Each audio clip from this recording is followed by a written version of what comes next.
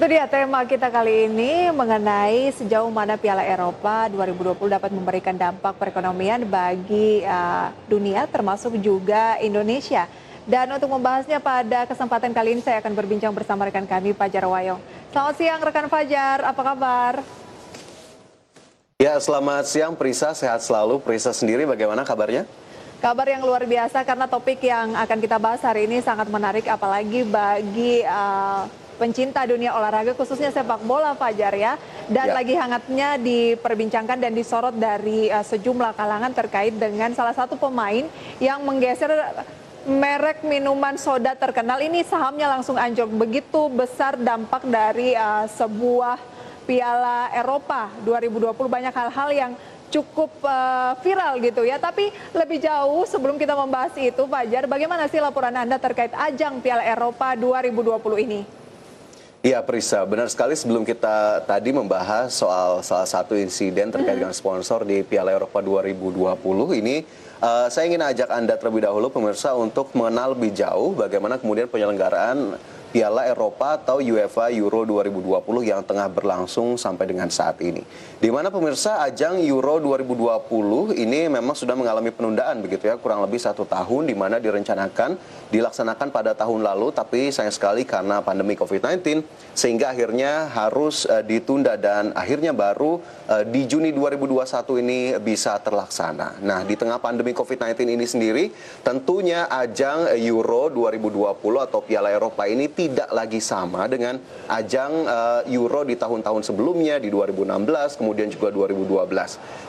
Kita tahu dengan adanya pandemi COVID-19, berbagai peraturan, berbagai regulasi akhirnya diperbarui, akhirnya juga sedikit dari berbagai banyak regulasi yang ditetapkan. Yang pertama adalah pertandingan digelar di 11 kota, di 11 negara berbeda. Apa artinya? Ini artinya memang tidak sama dengan gelaran sebelumnya yang memang biasanya ditunjuk satu tuan rumah di satu negara tetap. Nah, di tahun ini, di ajang Euro 2020 ini ada 11 kota di 11 negara yang berbeda yang akhirnya bertugas sebagai tuan rumah dalam tanda kutip, di mana setiap pertandingan dilangsungkan di stadion yang berbeda, mulai dari Italia, kemudian Belanda, Azerbaijan, Rumania, Hungaria, bahkan sampai nanti di pertandingan final di Stadion Wembley di London. Sehingga total ada 11 negara yang berpartisipasi sebagai tuan rumah di Euro 2020 dan ini berbeda dengan tahun-tahun sebelumnya begitu ya. Kemudian selain pertandingan digelar di 11 kota dan di 11 negara yang berbeda, yang kedua adalah semua venue ataupun stadion yang digunakan ini menyatakan komitmennya atau berkomitmen untuk menampung jumlah penonton yang lebih sedikit dibandingkan kapasitas yang biasanya. Kecuali pertandingan yang kemarin mungkin Anda juga semua saksikan pemirsa, antara Portugal dan juga Hongaria, di mana di Budapest itu 100% kapasitas dari penontonnya terisi di stadion tersebut. Ini kenapa bisa terjadi? Karena memang menyesuaikan dengan regulasi ataupun peraturan yang ditetapkan oleh pemerintah setempat ataupun pemerintah Hongaria. Hingga akhirnya memang dipersilakan saja untuk menggelar 100% kapasitas penonton, tentunya dengan berbagai regulasi yang sudah ditetapkan dan sudah disampaikan begitu ya kepada UEFA. Kemudian hal ketiga yang juga bisa kita lihat dari penyelenggaraan ini adalah setiap venue ataupun setiap stadion memiliki persyaratan yang berbeda-beda terkait dengan fans ataupun penonton yang boleh menonton langsung di stadion tersebut. Pembuktian tes COVID-19 yang berbeda-beda. Juga ada stadion yang memang hanya mengharuskan untuk menunjukkan sertifikat vaksinasi saja. Ini juga bisa masuk meskipun memang nanti ketika sudah membeli tiket ada sistem yang juga diterapkan di setiap stadion tersebut. Apakah ada waktu tunggu, apakah kemudian bisa masuk lebih awal, itu semua lagi-lagi dikembalikan kepada venue di mana negara tersebut melangsungkan pertandingan.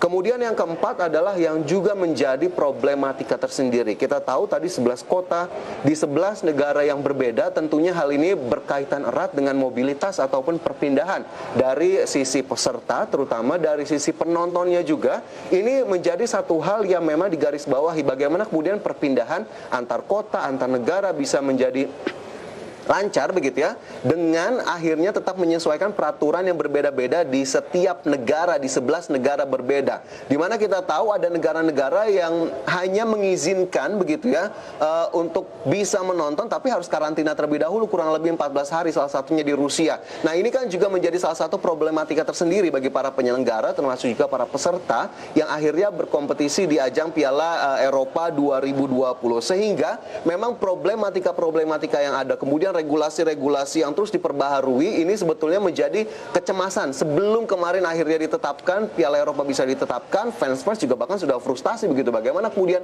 akhirnya bisa menyaksikan tim kesayangannya langsung dari stadion tempat penyelenggaraan. Meskipun ini sudah dijawab juga begitu ya oleh UEFA dengan berbagai peraturan dan regulasi yang ketat tadi. Prisa.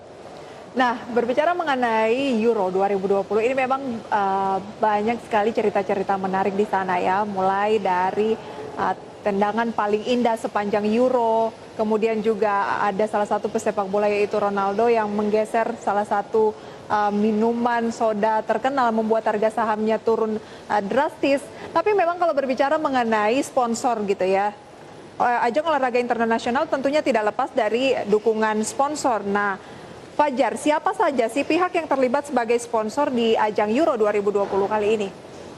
Oke, siapa saja sponsor yang terlibat di ajang Euro 2020? Benar sekali, memang ajang internasional tidak lepas dari dukungan sponsor. Tapi langsung saja kita lihat ini daftar sponsor resmi UEFA Euro 2020, pemirsa. Dalam website UEFA ini ada 6 begitu ya sponsor resminya. Yang pertama adalah Coca-Cola, kemudian Heineken, Qatar Airways, Takeaway.com, TikTok, dan juga Vivo. Nah, ini 6 sponsor resmi dari UEFA Euro 2020. Selain sponsor juga ada official partner begitu ya dari National Football Team dan juga beberapa kategori lainnya. Tapi yang ingin kita highlight adalah sponsor-sponsor di sini.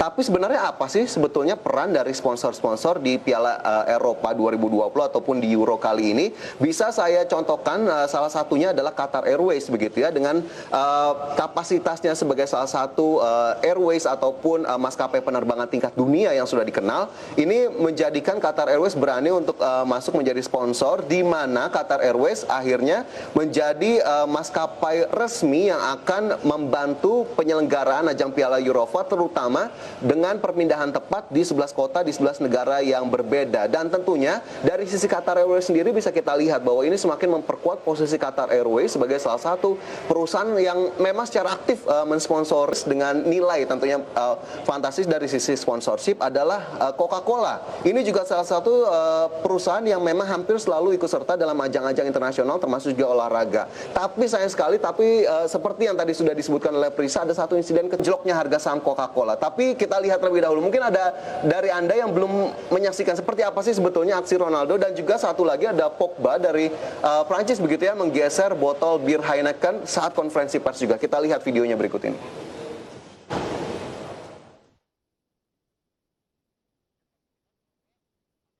Iya, rekan Fajar.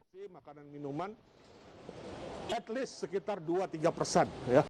Kita melihat bahwa akan ada peningkatan dalam hal konsumsi makanan minuman at least sekitar 2-3% ya dari masa-masa sebelumnya, karena euforia ini tentunya yang memang sudah dinantikan dan memiliki penggemar yang signifikan, dan tentunya dalam hal ini berdampak baik untuk juga kita turut Iya, aksi Cristiano Ronaldo tersebut, Prisa dan juga pemirsa, ternyata menjadi sentimen negatif bagi saham Coca-Cola. Di mana ini mungkin Anda juga kemarin sudah mendengar begitu ya berbagai macam informasi terkait hal ini, di mana saya informasikan kembali bahwa saham Coca-Cola akhirnya mengalami penurunan sebesar 1,6% dari sisi kapitalisasi pasarnya begitu ya. Ini di mana kita lihat dari 242 miliar dolar Amerika menjadi 238 miliar dolar Amerika, atau mengalami penurunan kurang lebih 4 miliar dolar Amerika atau sekitar 57 triliun rupiah. Dari mana salah satu sentimen negatifnya datang dari tadi aksi Cristiano Ronaldo yang menggeser salah satu sponsor utama dari Piala Eropa, yakni Coca-Cola, saat konferensi pers terjadi. Di mana dari sisi pergerakan harga sahamnya sendiri, ini penurunannya adalah dari lelang. Ini juga menjadi salah satu hal menarik yang bisa kita perhatikan, seberapa besar akhirnya mata dunia, mata market tertuju juga kepada penyelenggaraan ini, Prisa. Oke, Fajar, kalau Coca-Cola digeser Ronaldo harga sahamnya turun, katanya ada yang digeser harga sahamnya justru naik ya, Fajar ya? Ya, itu adalah Heineken ya, ternyata berdasarkan data dari Investing, justru harga sahamnya di pasca insiden tersebut mengalami kenaikan. Nah, ini juga harus kita telusuri lebih dalam lagi, apakah ini hanya memang salah satu sentimen yang diperhatikan oleh market ataukah ada sentimen lainnya sehingga akhirnya bisa mempengaruhi harga sahamnya sendiri, Prisa. Oke, ini menunjukkan besarnya peran sebuah ajang dunia gitu ya, menjadi perhatian dari masyarakat, dan di mana sponsor yang berada di lokasi tersebut juga dapat menjadi dampak yang sangat signifikan, baik itu positif maupun negatif. Nah, ini menunjukkan bahwa ajang tersebut menjadi perhatian gitu. Tapi kalau di Indonesia, apakah Euro 2020 ini juga menarik perhatian masyarakat menurut pengamatan Fajar? Ya, ini bisa dipastikan sangat menarik perhatian masyarakat Indonesia, Prisa, karena kita tahu Indonesia merupakan salah satu negara penggila sepak bola terbesar di dunia, begitu ya. Bahkan ini hanya kalah satu peringkat saja dibandingkan Nigeria, di mana 83% penduduk negara menyukai atau menggilai sepak bola. Di bawah Indonesia masih ada negara Asia Tenggara lainnya, begitu, ada Thailand dan juga Malaysia. Tapi memang jika kita lihat perhatian masyarakat sebetulnya memang tertuju kepada Piala Eropa. Tapi sayang sekali kita tahu di tengah pandemi COVID-19 ini sendiri antusiasme masyarakat harus sedikit tertahan, begitu ya. Terutama setelah adanya himbauan dari Satgas COVID-19 agar masyarakat tidak menyelenggarakan acara nobar atau nonton bareng dari Piala Eropa ini. Cukup euforianya dibawa saja di keluarga masing-masing, nonton di rumah masing-masing agar kemudian tidak menyebabkan atau menghindari penularan COVID-19. Tapi memang euforianya masih sangat terasa, Prisa, sampai dengan saat ini. Bahkan memang kita baru saja dimulai, begitu ya, ajang Piala Eropanya. Mungkin di tempat-tempat akhirnya minat dan juga perhatian masyarakat terhadap penyelenggaraan ajang ini, Prisa. Iya, Fajar, jelas ya kalau di kawasan Euro ini akan sangat berdampak buat ekonomi dan bisnis, khususnya di negara-negara penyelenggara, kemudian juga dari merchandise-nya, dari para sponsor. Tetapi kalau di Indonesia, adakah dampak penyelenggaraan Piala Eropa 2020 ini terutama dari segi ekonomi dan juga bisnis?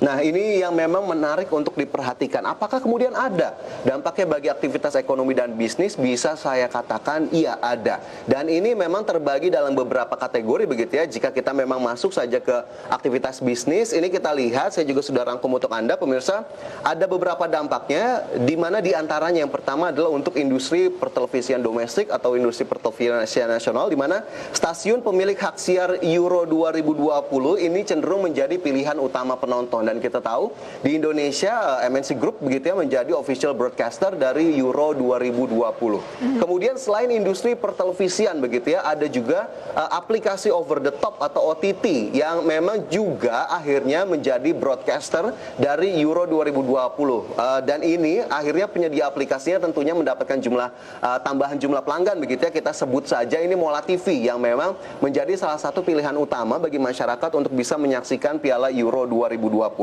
Sementara industri lainnya yang juga diproyeksikan atau dikalkulasikan bisa mendapatkan dampak positif adalah industri retail, di mana ada potensi kenaikan permintaan dan juga penjualan. Tapi saya ingin fokus terlebih dahulu ke pertelevisian dan juga aplikasi over the top, begitu ya.